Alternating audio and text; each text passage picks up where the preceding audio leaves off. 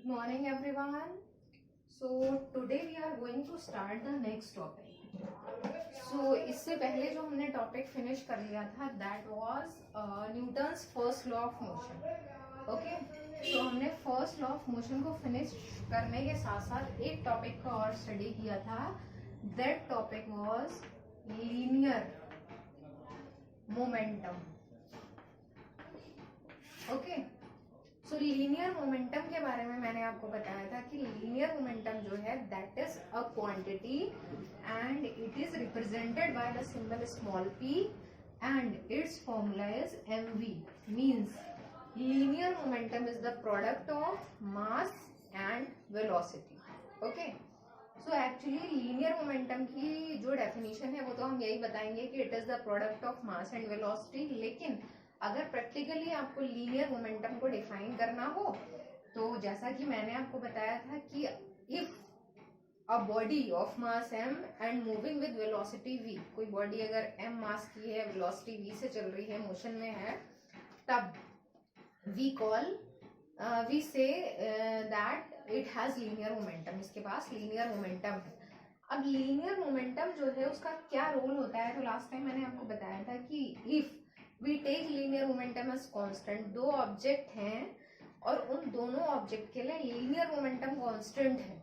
Okay, तो जैसे दो स्टोन्स हैं आपके पास, एक बिग स्टोन है, एक स्मॉल स्टोन है, दोनों का लीनियर मोमेंटम अगर आप कांस्टेंट रखते हैं तो दोनों को अगर आप जो है वो सेम फोर्स लगा के थ्रो करते हैं तो उस केस में क्या होता है कि जो बड़ा वाला स्टोन है जिसका मास ज्यादा है उसकी वेलोसिटी ऑटोमेटिकली कम हो जाती है, और जिसकी वेलोसिटी ज्यादा है इसका मतलब होगा उसका मास कम है.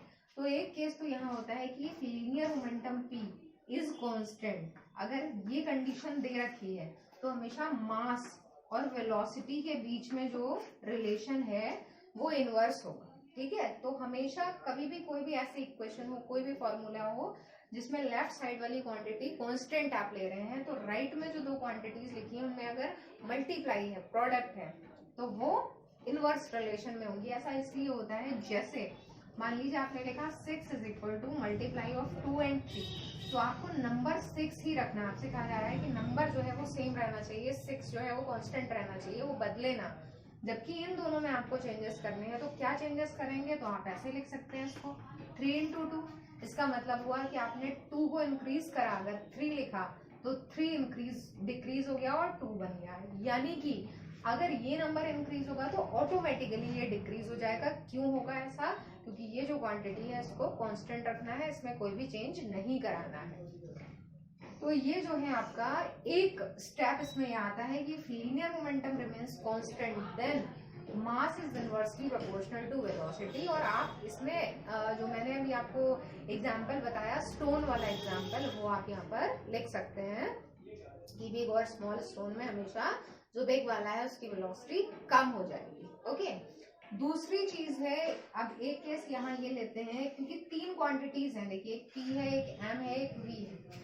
तो हमेशा अगर किसी भी फॉर्मूले में 3 क्वांटिटीज आ रही हैं तो 3 क्वांटिटीज में एक साथ चेंज को हम ऑब्जर्व नहीं कर सकते. कि अगर कहा जा रहा है मास भी चेंज हो रहा है, वेलोसिटी भी चेंज हो रही है, लीनियर मोमेंटम भी चेंज हो रहा है, तो हाउ इट इज पॉसिबल. उसके लिए क्या करते हैं कि 3 में से एक क्वांटिटी को कांस्टेंट रखना पड़ेगा, तब हम 2 के बीच रिलेशन निकाल सकते हैं. जैसे अभी हमने कहा था कि लीनियर मोमेंटम कांस्टेंट हो गया तो मास और वेलोसिटी में कैसा रिलेशन है, तो जिसका मास ज्यादा उसकी वेलोसिटी कम, या जिसकी वेलोसिटी ज्यादा उसका मास कम. इसी तरह से अब हमें मान लीजिए रिलेशन जो है इन दोनों के बीच में निकाल चुके हैं. अब हमें p और m के बीच में रिलेशन निकालना है, तो हमने लिया कि v जो वेलोसिटी है वो कांस्टेंट है. अब इसका प्रैक्टिकल एग्जांपल क्या होगा, तो बहुत ध्यान से हर एक सिचुएशन को प्रैक्टिकली ऑब्जर्व करिए कि नेचर में ये कहाँ है. तो वेलोसिटी कांस्टेंट है, तो आपको दो ऐसे आपने ऑब्जेक्ट लिए जिनकी वेलोसिटी कांस्टेंट है लेकिन उनके मास जो है वो अलग अलग है. दोनों की वेलोसिटी सेम है लेकिन मास अलग अलग है. जैसे आपने एक ऑब्जेक्ट लिया कार और दूसरा ऑब्जेक्ट लिया आपने ट्रक, तो कार और ट्रक दोनों को सेम वेलोसिटी से चलाना है लेकिन मास किसका ज्यादा है, ट्रक का, और कार का मास कम है. तो हमेशा अगर आप इस रिलेशन में वेलोसिटी कांस्टेंट कर देते हैं तो रिलेशन बिकम्स कि p is directly proportional to mass. तो यानी कि जिसका मास ज्यादा है उसी का लीनियर मोमेंटम ज्यादा होगा. तो कार और ट्रक में मास किसका ज्यादा है? ट्रक का। तो it means truck has high linear momentum, truck का लीनियर मोमेंटम ज्यादा होगा। तो यहाँ पर आपको जो है इसको लिखना होगा कि ये velocity is constant, then the relation between linear momentum and mass is this. ये रिलेशन होगा। फिर साथ में आप एग्जांपल जो मैंने कार और ट्रक वाला दिया है that you can write here. उसी के साथ में आप थर्ड केस हम लेते हैं। ये फर्स्ट केस था आपका, ये सेकंड केस, ये थर्ड केस। तो थर्ड केस हम लेंगे। अब हमें किसके बीच रिलेशन निकालना है? लीनियर मोमेंटम और वेलोसिटी के बीच में। तो हमें क्या करना पड़ेगा? Mass constant. तो अब हमने लिखा अगर मास कांस्टेंट होता है तो मास अगर कांस्टेंट कर देते हैं तो ये डायरेक्टली प्रोपोर्शनल हो जाएंगे, क्योंकि इक्वल टू में लिखा है, न्यूमरेटर में लिखा है, तो इट मींस डायरेक्टली प्रोपोर्शनल का सिंबल आएगा। तो P is directly proportional to velocity. तो अब हमें कौन सी सिचुएशन लेनी है कि दो ऐसे ऑब्जेक्ट हैं जिनका मास सेम है लेकिन दोनों अलग अलग वेलोसिटी से चल रहे हैं। तो अब हमने केस लिया है कि suppose that we have taken the example of two cars. दो कार्स हैं, तभी उनके दोनों के मास बराबर होंगे और दोनों अलग अलग वेलोसिटी से चल रही हैं। फास्ट चल रही है और एक स्लो चल रही है। तो हमेशा जिसकी वेलोसिटी ज्यादा है उसी का लीनियर मोमेंटम क्या होगा? ज्यादा, बिकॉज डायरेक्टली प्रोपोर्शनल का यहाँ पर सिंबल आ रहा है। तो यहाँ पर आप ये लिखेंगे कि इफ मास इज कांस्टेंट, तब आप जो है यहाँ पर ये रिलेशन लिखेंगे और उसके बाद ये बताएंगे कि कार वाले एग्जाम्पल में कि the car which is moving with high velocity has high linear momentum. जिसकी वेलोसिटी ज्यादा है उसी का लीनियर मोमेंटम भी ज्यादा होगा। ओके, तो इस तरह से आपको लीनियर मोमेंटम को एक्सप्लेन करना है। लीनियर मोमेंटम के 3 केसेस और वो तीनों ही केसेस आपको विद एग्जाम्पल एक्सप्लेन करने हैं। और एक काम और आपको यहाँ पर करना है और वो काम ये है कि यहाँ पर आप better to make the graphs also, graph बनाएंगे वो ज्यादा बेटर रहेगा। जैसे यहाँ पर मास और वेलोसिटी के बीच में कैसा रिलेशन है? इनवर्स। तो मान लीजिए ये वेलोसिटी की एक्सिस है, ये मास की एक्सिस है।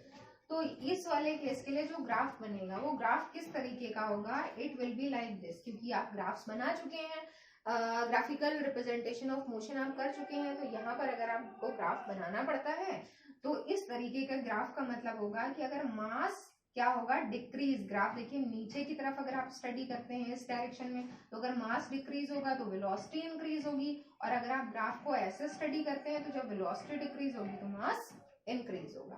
तो इसका जो है आपको ग्राफ इस तरीके से बनाना है। इसी तरह से आप ये वाला ग्राफ जब बनाएंगे, P is directly proportional to M। देखिए ये जो क्वांटिटीज हैं ग्राफ इन्हीं के बीच में बनना है। यहाँ पर P और M के बीच बनेगा।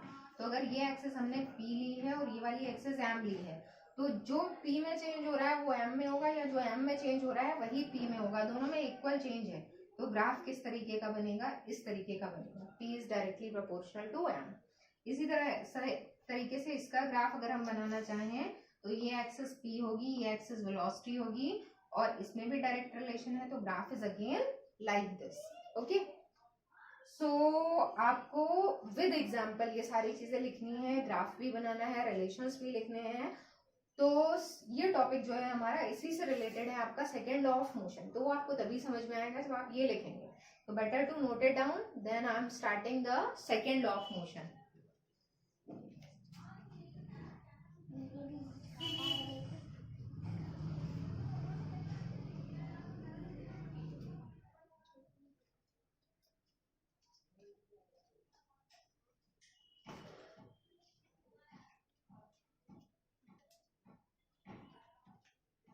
So class now, I hope you have noted down this.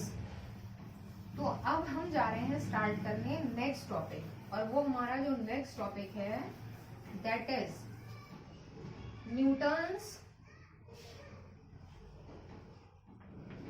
Second law of motion. तो सेकेंड लॉ ऑफ मोशन जो है वो फर्स्ट लॉ ऑफ मोशन से डिफरेंट कैसे है? तो सबसे पहली चीज, जो सेकेंड लॉ ऑफ मोशन है उसमें रिलेशन है, उसमें फॉर्मूला है, जबकि फर्स्ट लॉ ऑफ मोशन जो है वो पूरा थ्योरेटिकल था, उसमें एग्जाम्पल्स थे, एप्लीकेशंस थे और उनको हमें एक्सप्लेन करना था। तो अब जो आपका सेकेंड लॉ ऑफ मोशन है वो स्टार्ट ही फॉर्मूले से होता है। तो सबसे पहले तो आपको पता है कि जो न्यूटन के तीनों लॉज हैं वो तीनों ही लॉज जो है वो फोर्स के एक्सप्लेनेशन के बाद में आते हैं। तो इसका मतलब वो फोर्स से ही रिलेटेड है कहीं ना कहीं। तो जो आपका फर्स्ट लॉ है उसमें बताया था कि फोर्स के बिना कोई भी चेंज पॉसिबल नहीं है। अब सेकेंड लॉ से पहले आपने पढ़ा लीनियर मोमेंटम, तो लीनियर मोमेंटम का मतलब मास और वेलोसिटी दोनों का प्रोडक्ट। तो अब जो सेकेंड लॉ है वो ये बताता है, ये जो रिलेशन है इसको आपको ध्यान से देखना है। रिलेशन ये है जो जिससे हम सेकेंड लॉ ऑफ मोशन को एक्सप्लेन करेंगे, तो उसमें सारी चीजें आपको पता है। एफ मीन्स फोर्स, ये वाला जो सिंबल है ये डायरेक्टली प्रोपोर्शनल का सिंबल है, और यहाँ लिखा है dp अपॉन dt। तो आप p को तो जानते हैं, p is what linear momentum, लेकिन जब भी d ओवर dt लिखा होता है यानी कि इस तरीके की क्वांटिटी, तो इसका मतलब क्या होता है, तो इसको बहुत आसानी से आप समझ सकते हैं। d ओवर dt आप आगे जाकर 11th क्लास में पढ़ेंगे कि इसको डिफरेंशिएशन बोला जाता है, या फिर इसको कहते हैं रेट ऑफ चेंज। तो यानी कि कोई भी चीज अगर टाइम के साथ में बदलती है, टाइम के साथ में चेंज होती है, तो वहां पर हम इसको लगा देते हैं, इसको उसके साथ में इंक्लूड कर देंगे। इसका मतलब वो जो क्वांटिटी है वो कांस्टेंट नहीं है, बल्कि वो चेंज हो रही है। और किसके साथ चेंज हो रही है, टाइम के साथ में। तो अभी जो है इसके साथ में क्या लिखा है, p, तो इतने का नाम क्या था, रेट ऑफ चेंज। ठीक है, तो इसका नेम याद रखिएगा, जहां भी d ओवर dt लिखा है तो आप कह सकते हैं rate of change with time, या रेट ऑफ चेंज भी बोलेंगे तो इट इज सफिशिएंट। अब रेट ऑफ चेंज, किसका चेंज होना, तो जो भी इसके साथ में लिखा है, क्या लिखा है इसके साथ में, लीनियर मोमेंटम। तो हम इसका पूरा जो नाम है वो बताएंगे rate of change of linear momentum. तो यानी कि ये जो लिखा है dp ओवर dt, ये क्या बता रहा है, rate of change of linear momentum, यानी कि लीनियर मोमेंटम जो है वो टाइम के साथ में चेंज हो रहा है। अब इसके ठीक सामने क्या लिखा है, फोर्स। तो ये लॉ कुल मिलाकर क्या बता रहा है कि जो लीनियर मोमेंटम है वो टाइम के साथ चेंज हो रहा है, और कब चेंज हो रहा है, जबकि बॉडी पर क्या लगा है, फोर्स। क्लियर।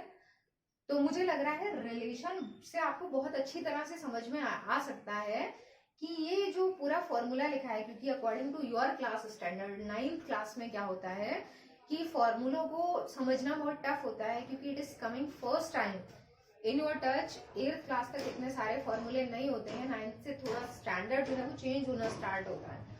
तो ये जो लिखा है इसका मतलब क्लियर हो गया है कि rate of change of linear momentum, linear momentum क्या हो रहा है, टाइम के साथ चेंज हो रहा है। कब चेंज हो रहा है, जब बॉडी पर फोर्स लग रहा है। ठीक है, अब देखिए और थोड़ा सा प्रैक्टिकली बनाते हैं, क्योंकि लीनियर मोमेंटम आप पढ़ तो चुके हैं, लेकिन क्योंकि अभी जस्ट नाउ आपने पढ़ा है तो हो सकता है उतना क्लियर ना हो। तो क्या मतलब हुआ इसका, तो जो बॉडी पर फोर्स लग रहा है तो उसका लीनियर मोमेंटम चेंज हो रहा है। इस लाइन का मतलब हुआ कि लीनियर मोमेंटम जो है वो दो क्वांटिटीज का कॉम्बिनेशन है, एक क्वांटिटी है मास और दूसरी क्वांटिटी है वेलोसिटी।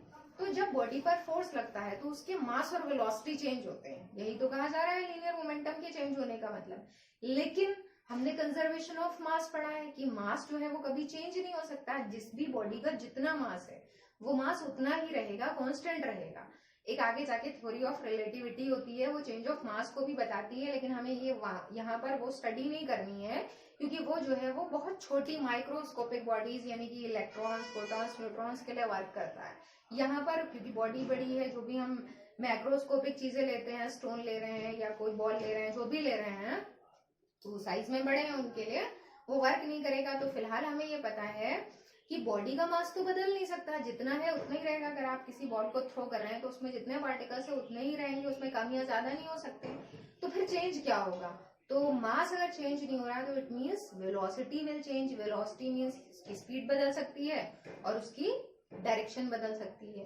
तो कुल मिलाकर ये रिलेशन ये बताता है कि जो बॉडी पे फोर्स लगता है तो उसकी वेलोसिटी में क्या होता है, चेंज आता है, क्योंकि उसका मास कांस्टेंट है। तो एक तरह से ये वाला जो लॉ है ये दोबारा से फर्स्ट लॉ को ही एक्सप्लेन कर रहा है, बस रिलेशन, फॉर्मूला, सिंबल ये थोड़े से अलग हैं। क्या एक्सप्लेन कर रहा है कि बॉडी पे फोर्स लगेगा, उसकी वेलोसिटी चेंज होगी, और यही एक पार्ट आपने जो है वो फर्स्ट लॉ ऑफ मोशन में पढ़ा है। तो आई होप कि आपको ये अच्छे से समझ में आया कि यहाँ पर लीनियर मोमेंटम को इंक्लूड तो कर दिया है, लेकिन इसका जो रिजल्ट है that is same as first law of motion. तो अब बात करते हैं स्टेटमेंट की, क्योंकि आपको डेफिनेशन यानी कि स्टेटमेंट लिखना है सेकेंड लॉ ऑफ मोशन का। तो स्टेट कैसे करेंगे, तो जैसा कि मैंने आपको बताया, नाम याद रखिएगा, बस नाम मत भूलिएगा, जैसे force, directly proportional, rate of change of linear momentum. ठीक है, तो यहाँ पर आप ये बताएंगे हर एक लॉ में, जैसा मैंने बताया था, हर एक लॉ में लिखा जाता है सबसे पहले इट स्टेट्स दैट। ओके, तो इट स्टेट्स दैट, यानी कि किसकी बात कर रहे हैं हम, सेकेंड लॉ ऑफ मोशन की। क्या स्टेट करता है कि force is directly proportional to rate of change of linear momentum. इतना ही स्टेटमेंट है। अगर आपने फॉर्मूला याद कर लिया तो आपको स्टेटमेंट तो अपने आप से याद हो जाएगा, कुछ भी रटना नहीं है, कोई वर्डिंग्स में प्रॉब्लम नहीं है, बस आपको फॉर्मूला याद करना है। फॉर्मूले में भी अगर फॉर्मूला भी आपने समझ लिया, आपको याद आ गया कि लीनियर मोमेंटम बदलेगा, किस कंडीशन में बदलेगा, जब फोर्स लगेगा, क्योंकि लीनियर मोमेंटम का मतलब है मास और वेलोसिटी। ओके, तो ये जो है आपकी, क्योंकि सेकंड लॉ ऑफ मोशन की दो फॉर्म्स है, दो फॉर्मूले होते हैं, एक फॉर्मूला तो यही है, दूसरा फॉर्मूला जो है वो मैं अभी बताऊंगी। तो क्लियर हो गया है कि it states that force is directly proportional to rate of change of linear momentum. इसको आप एक दो बार रिपीट करेंगे, रिवाइज करेंगे, लिपसिंग करेंगे तो अपने आप से स्टेटमेंट आपको याद रहेगा। अब बात करते हैं दूसरी फॉर्म की, या एक छोटा सा इसका डेरिवेशन है, इसके आगे क्या आएगा, दूसरी फॉर्म पे कैसे पहुंचेंगे। क्योंकि कभी कभी क्वेश्चन ये आता है कि derive the second law of motion by this, ये भी सेकेंड लॉ ऑफ मोशन है, लेकिन आपको एक्सेलरेशन के टर्म्स में अगर लिखना पड़े तब क्या होगा। तो सबसे पहले यहाँ पर किसी भी चीज में अगर हम ये वाला साइन रिमूव करके इक्वल टू लगाते हैं तो वहां पर एक कांस्टेंट अपने आप से ऐड हो जाता है। तो अगर आपको ये साइन बदल के इक्वल टू लिखना है तो एक कांस्टेंट जैसे के या कोई भी सिंबल जो कांस्टेंट हो वो यहाँ पे लिख देना पड़ेगा। तो के लिख दिया हमने और ये आ गया आपका डीपी ओवर dt। ओके, अब क्या होगा, अब हमने यहाँ पर के और डी ओवर dt, क्योंकि हमें p की वैल्यू पता है, p क्या होता है, since p is equal to mv, तो यहाँ हमने p की वैल्यू पुट कर दी mv। ठीक है, तो ये रिलेशन बता रहा है rate of change of mass and velocity. लेकिन आपको पता है मास कभी चेंज नहीं हो सकता, तो जो चेंज नहीं हो रहा है उसको चेंज के साथ में क्यों लिखेंगे, तो उसको taking out from the change sign, जो डिफरेंशिएशन का साइन है उससे बाहर ले लिया। तो k और m दोनों बाहर आ गए, क्योंकि m कांस्टेंट है और k भी कांस्टेंट है। अब हमने इसको लिखा तो ये बन गया आपका dv ओवर dt, v रह गया d के साथ में। ठीक है, अब देखिए क्या होता है, km as it is, dv over dt का मतलब हुआ rate of change of velocity with time. Clear, क्योंकि हम इसको ऐसे ही पढ़ेंगे, रेट ऑफ चेंज किसका चेंज, वेलोसिटी का, किसके साथ में, टाइम के साथ में। तो याद होगा आपको कि वेलोसिटी जब टाइम के साथ में चेंज होती है तो कौन सी क्वांटिटी बनती है, तो आपने फर्स्ट चैप्टर में एक डेफिनेशन पढ़ी थी, rate of change of velocity. Velocity अगर टाइम के साथ में बदल रही है तो क्या कहलाएगा, एक्सेलरेशन। ओके, तो इसका मतलब ये जो है ये एक्चुअली किसका फॉर्मूला है, किसकी डेफिनेशन को सेटिस्फाई कर रहा है, तो ये है एक्सेलरेशन। ठीक है, तो अब आपके पास फॉर्मूला है F इज इक्वल टू के एम ए, और जो कांस्टेंट K है उसकी वैल्यू एक्सपेरिमेंटली हम 1 ले लेते हैं, तो F is equal to M A. तो ये फॉर्मूला जो है आपका बन जाता है, ये भी सेकेंड लॉ ऑफ मोशन को ही एक्सप्लेन कर रहा है। और आपको मैंने स्टार्टिंग में बताया था कि फोर्स की डेफिनेशन जो है वो हम लिखते हैं, force is a kind of push और पुल, लेकिन वो डेफिनेशन बहुत प्रैक्टिकल है, उसको एग्जाम में डेफिनेशन में नहीं लिखते हैं। तो फिर कौन सी डेफिनेशन यूज करते हैं, जो फॉर्मूला बेस्ड होती है।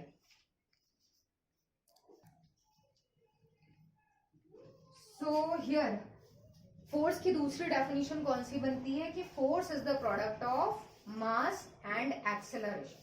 फोर्स जो है वो मास और एक्सेलरेशन का प्रोडक्ट है। तो ये डेफिनेशन अगर हमें कहीं भी डेफिनेशन आती है फोर्स की, तो this definition we have to write, और इसके अकॉर्डिंग जो है वो फोर्स की ऐसा यूनिट वैसे तो न्यूटन होती है आपको पता है, लेकिन अगर यहाँ पर लिखनी पड़े तो किलोग्राम मीटर पर सेकेंड स्क्वायर यूनिट जो है वो भी हम यूज कर सकते हैं फोर्स के लिए। ओके, तो ये फोर्स की डेफिनेशन को भी बता रहा है। अब ये वाला जो रिलेशन है, ये रिलेशन क्या शो कर रहा है, तो ये रिलेशन ये शो कर रहा है कि जैसा मैंने अभी आपको बताया था कि फोर्स डिपेंड करता है दो चीजों पर, एक चीज है मास और दूसरी चीज है एक्सेलरेशन। तो सबसे पहले अगर आपने लिखा फोर्स डिपेंड्स ऑन मास, यानी कि इसमें से मास वाला पार्ट ले लिया, क्योंकि अभी मैंने कहा था ना कि तीन चीजों को एक साथ ऑब्जर्व नहीं कर सकते, एक को कांस्टेंट मान के दो में रिलेशन देखना है कि उनमें क्या सा रिलेशन है, कैसे कैसे चेंजेस होंगे। तो हमने एक्सेलरेशन कांस्टेंट कर दिया, force is directly proportional to mass. तो यानी कि जिस बॉडी का मास ज्यादा है उसको मोशन में लाने के लिए हमेशा ज्यादा फोर्स लगाना पड़ेगा। तो ये प्रैक्टिकली पॉसिबल है, आपने नेचर में देखा ही होगा कि जिन बॉडीज का मास ज्यादा होता है उन पर फोर्स ज्यादा लगाना पड़ता है।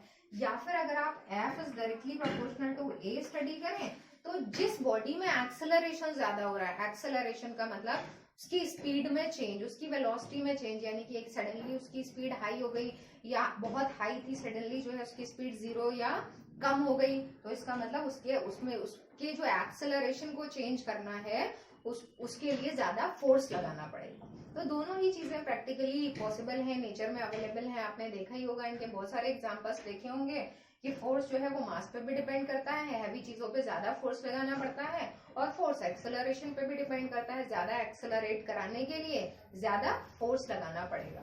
तो ये जो है आपका कंप्लीट डेरिवेशन, ये बहुत इंपॉर्टेंट है। ये दोनों ही फॉर्म्स जो हैं वो Newton second law of motion कहलाती हैं, प्लस इसके साथ साथ जो है आपकी फोर्स की डेफिनेशन भी आ जाती है, और उसके साथ साथ आपको ये दो चीजें भी एक्सप्लेन करनी हो सकती हैं कि फोर्स जो है वो how it depends on mass and acceleration. तो इनमें आप जो है एग्जांपल्स भी दे सकते हैं। पहला केस आप ये लिखें, फिर एक एग्जांपल आप दें कि जैसे आपने दो चीजें ले ली, दोनों का एक्सेलरेशन सेम रखना है, आपको एक्सेलरेट सेम कराना है, तो जिसका मास ज्यादा है उस पर ज्यादा फोर्स लगाना पड़ेगा। इसी तरह से दोनों का अगर मास सेम है तो ज्यादा एक्सेलरेट जिसको कराना है उस पर ज्यादा फोर्स लगाना पड़ेगा। तो ये जो टॉपिक है ये आपका complete second law of motion कहलाता है।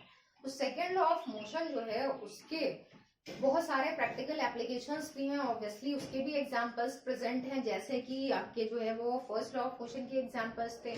लेकिन सेकेंड लॉ ऑफ मोशन के जो एग्जांपल्स हैं उनके लिए आपको जैसे लीनियर मोमेंटम क्वांटिटी को स्टडी करना पड़ा था, वैसे ही एक और क्वांटिटी आती है, वो कहलाती है इम्पल्स। उसका नाम है इम्पल्स, IMPULSE, इम्पल्स। इस क्वांटिटी को आपको स्टडी करना पड़ेगा। तो जो इम्पल्स के प्रैक्टिकल एप्लीकेशंस होंगे, जो इम्पल्स के एग्जांपल्स होंगे, वही आपके सेकेंड लॉ ऑफ मोशन के भी एग्जांपल्स होंगे। तो जैसे कि इम्पल्स जो है वो क्या होता है, सबसे पहले तो जैसे आपका लीनियर मोमेंटम था P = mv, वैसे ही इम्पल्स के भी फॉर्मूले पर आते हैं। तो इम्पल्स का सिंबल है J, वैसे आपको कुछ जगहों पे I सिंबल भी लिखा दिख सकता है, बट टेक इट J, इसको J लिखिए। J = फॉर्मूला होता है इसका F × T। तो यानी कि हम डिफाइन कर सकते हैं कि इम्पल्स जो है it is the product of force and time. Impulse जो है वो किसका प्रोडक्ट है, फोर्स और टाइम का। तो वही चीज जैसे हमने लीनियर मोमेंटम में पहला स्टेप लिया था कि लीनियर मोमेंटम कांस्टेंट था, तो मास और वेलोसिटी कैसे थे, इनवर्स, वैसा ही यहाँ भी है कि J कांस्टेंट है तो फोर्स और टाइम में कैसा रिलेशन होगा, इनवर्स। तो हमेशा कभी भी अगर ऐसा होता है कि बहुत कम टाइम के लिए जो भी फोर्स लगता है, टाइम इंटरवल अगर बहुत शॉर्ट है तो हमेशा फोर्स की वैल्यू जो है वो हाई हो जाती है, कम टाइम के लिए बहुत ज्यादा फोर्स लगता है, ठीक है। तो उस कंडीशन में क्या होता है, इसका एक और फॉर्मूला भी होता है, यहाँ तो J = FT लिखा है। अगर कम टाइम के लिए ज्यादा सा फोर्स लगे तो वो क्या करता है, उसका रिजल्ट क्या निकलता है, तो उसका रिजल्ट ये निकलता है कि वो बहुत high change of linear momentum करता है। उसकी वजह से लीनियर मोमेंटम में एक बहुत बड़ा चेंज होता है। कैसे बहुत बड़ा चेंज होता है, जैसे लीनियर मोमेंटम का मतलब क्या है, मास और वेलोसिटी का प्रोडक्ट। तो लीनियर मोमेंटम में बहुत बड़ा चेंज होता है, इसका मतलब किस में चेंज हो रहा होगा, मास में तो नहीं होगा, वेलोसिटी में होगा। तो जब भी बहुत आसान वर्ड्स में मैं अगर आपको बताऊं कि अगर एक कम टाइम के लिए ज्यादा सा फोर्स लगेगा बॉडी पे, तो क्या होगा कि उसकी वेलोसिटी अचानक से बदल जाएगी, बहुत हाई वेलोसिटी उसकी हो जाएगी या बहुत कम वेलोसिटी हो जाएगी। जैसे कि देखा होगा आपने कि एक बुलेट जो है जब फायर की जाती है गन से, तो बुलेट जैसे ही एक विंडो पेन से टकराती है तो कम टाइम में विंडो पेन से जैसे ही कॉलिजन करेगी तो विंडो पेन पर सडनली बहुत कम टाइम लगा ना, और बहुत हाई फोर्स लगा, एकदम से टकरा गई उससे, तो विंडो पेन जो है वो उसी जगह का एक शार्प होल बना देता है, पूरा का पूरा ग्लास नहीं चटकता है, बल्कि जो बुलेट है वो एक शार्प होल बनाती हुई वहां से निकल जाती है। तो इसका मतलब कि जो उस पोर्शन की वेलोसिटी थी उसमें सडनली चेंज हुआ और उस जगह पर ही फोर्स लगा, फोर्स को ट्रांसफर होने के लिए टाइम ही नहीं मिला। या आप दूसरा एग्जाम्पल बता सकते हैं और आसानी से समझने के लिए कि क्रिकेटर जो होता है, आपने देखा होगा क्रिकेटर जो है जब बॉल को कैच करता है तो अपने हैंड्स को वहीं नहीं रोकता है बल्कि पीछे की तरफ पुल करता है। ऐसा क्यों? क्योंकि जैसे ही वो बॉल को कैच करेगा तो बॉल आ रही थी हाई वेलोसिटी से, उसने क्या कर दिया, वेलोसिटी को एकदम जीरो अगर कर दिया, क्योंकि वेलोसिटी हाई थी और बॉल कैच करने से रुक जाएगी, वेलोसिटी जीरो हो जाएगी। तो क्या होगा कि कम टाइम के लिए हाई फोर्स लगेगा हाथों पर, हाई फोर्स लगेगा तो हाथों में इंजरी हो सकती है, इसलिए वो क्या करता है कि टाइम को, इंटरवल को बढ़ाने के लिए हाथों को पीछे की तरफ खींचता है। तो इस प्रोसेस में यहाँ से यहाँ तक लाने में टाइम इंक्रीज हो जाता है, तो फोर्स यहाँ पर जो हाई लग रहा था उस फोर्स की वैल्यू नीचे तक आने में कम हो जाती है और हाथों को उतना इंजर्ड नहीं करती है बॉल, जैसा कि वहीं रोक लेने से कर सकती थी। तो फिलहाल प्रैक्टिकल एप्लीकेशंस तो हम बाद में डिस्कस करेंगे। अभी आपको बस ये टॉपिक लिखना है, हेडिंग लिखेंगे आप इम्पल्स, फिर आप लिखेंगे डेफिनेशन कि it is the product of force and time, और फिर ये फॉर्मूला लिख देंगे J is equal to F। फिर एक काम और करना है आपको कि यहाँ पर जो है आप ये लिख दीजिएगा कि इट्स SI यूनिट इज, क्योंकि इसकी SI यूनिट आप लिखेंगे तो फोर्स की न्यूटन और टाइम की यूनिट क्या है, सेकेंड, तो it's SI unit is Newton second. Okay, तो इतना आपको लिखना है, उसके बाद बाकी की चीजें जो है हम नेक्स्ट रन पे एक्सप्लेन करते हैं। Okay, thank you.